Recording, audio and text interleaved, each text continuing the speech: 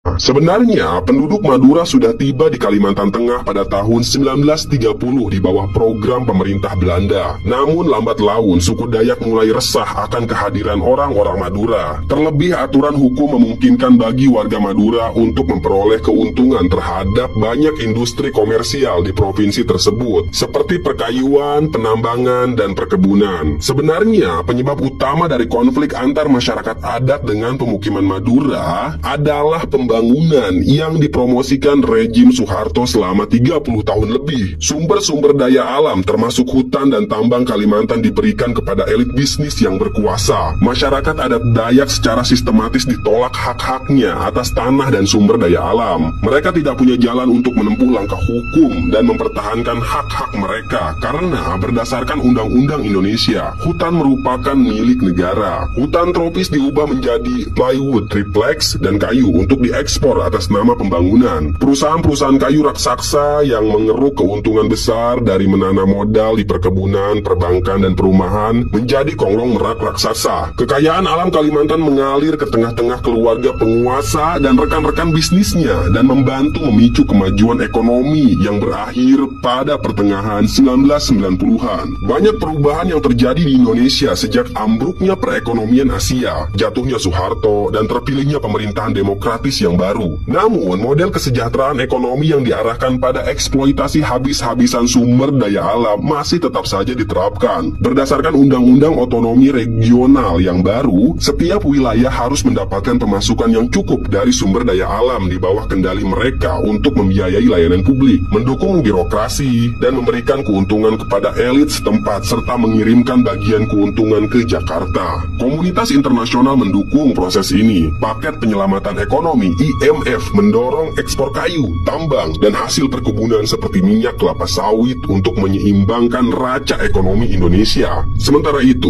Bank Dunia mendanai program transmigrasi pemerintah Indonesia selama bertahun-tahun, dan dengan Bank Pembangunan Asia mendukung sistem tanaman industri yang tergantung pada pekerja transmigran. Menurut angka Bank Dunia, selama tahun 1980 sampai 1985, setidaknya ada 109.800 transmigran yang disponsori pemerintah bermukim di Kalimantan Tengah. Jumlah ini mencerminkan 65% dari pertumbuhan penduduk di sana. Transmigrasi ke Kalimantan Tengah terpusat pada bencana proyek raksasa di Kalimantan Tengah yang ditunjuk untuk mengubah 1 juta hektar lahan gambut menjadi lahan pertanian padi. Sehingga suku Dayak yang beraneka ragam menjadi korban dari perubahan yang besar dan pesat selama dekade terakhir. Gaya hidup tradisional sudah tersapu dalam 1 atau 2 generasi di kebanyakan tempat. Masyarakat Dayak tidak bisa lagi hidup dari perkebunan dan penambangan kayu skala kecil karena banyak perusahaan kayu yang menebang kayu-kayu yang bernilai tinggi. Namun saat itu perusahaan di sana lebih suka menggunakan pekerja pendatang daripada orang Dayak. Banyak di antara mereka adalah pendatang spontan, orang-orang dari pulau-pulau lain yang mencari kesempatan untuk mendapatkan tanah dan membangun usaha dagang kecil. Hal tersebut menjadi permasalahan ekonomi hingga menjalar pada kegaduhan antar kedua belah pihak. Insiden kegaduhan pun meletus pada tahun 2001. Kegaduhan bermula saat terjadi serangan terhadap orang Dayak. Menurut rumor, warga Madura lah yang menjadi pelaku pemusnahan rumah orang Dayak tersebut. Dan tak lama kemudian, orang-orang Dayak mulai balas dendam dengan memusnahkan rumah orang-orang Madura.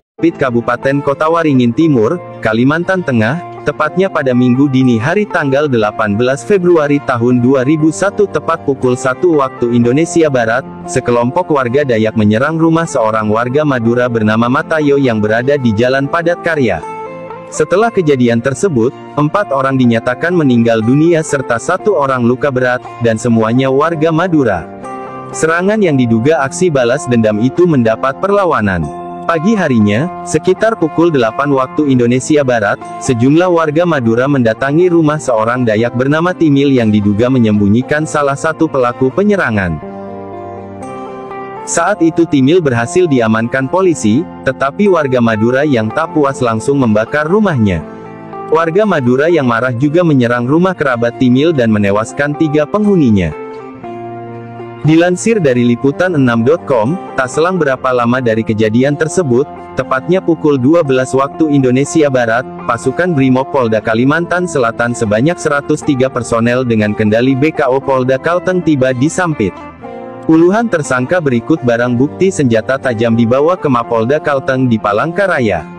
Namun, situasi tak kunjung kondusif. Hingga pada keesokan harinya, tepatnya pada Senin, tanggal 19 Februari banyak ditemukan sejumlah jasad tergeletak di berbagai sudut kota Sampit. Demikian pula dengan aksi penyerangan rumah serta pembakaran kendaraan. Kondisi ini membuat Wakil Gubernur Kalteng mengirimkan bantuan 276 personel TNI dari Yonif 631 ATG ke Sampit pada malam itu juga. Dengan adanya konflik tersebut, pada 18 dan tanggal 19 Februari tahun 2001, kota Sampit sepenuhnya dikuasai warga dari Madura. Selama 2 hari sejak penyerangan rumah Matayo, warga Madura berhasil bertahan, bahkan berani melakukan sweeping terhadap permukiman-permukiman warga Dayak.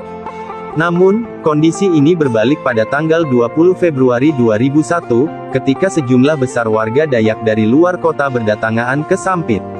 Warga Dayak pedalaman dari berbagai lokasi daerah aliran sungai, Dasmentaya, seperti Seruyan, Ratua Pulut, Perenggean, Katingan Gilir, bahkan Barito berdatangan ke kota Sampit melalui hilir sungai Mentaya dekat pelabuhan.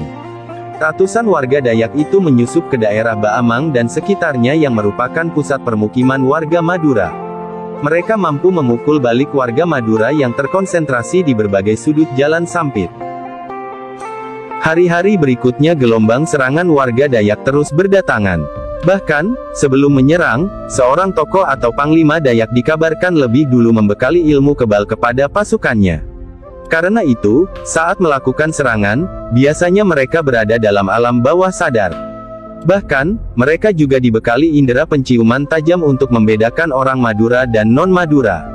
Berada di atas angin, warga Dayak melebarkan serangan ke berbagai kawasan di Kota Waringin Timur.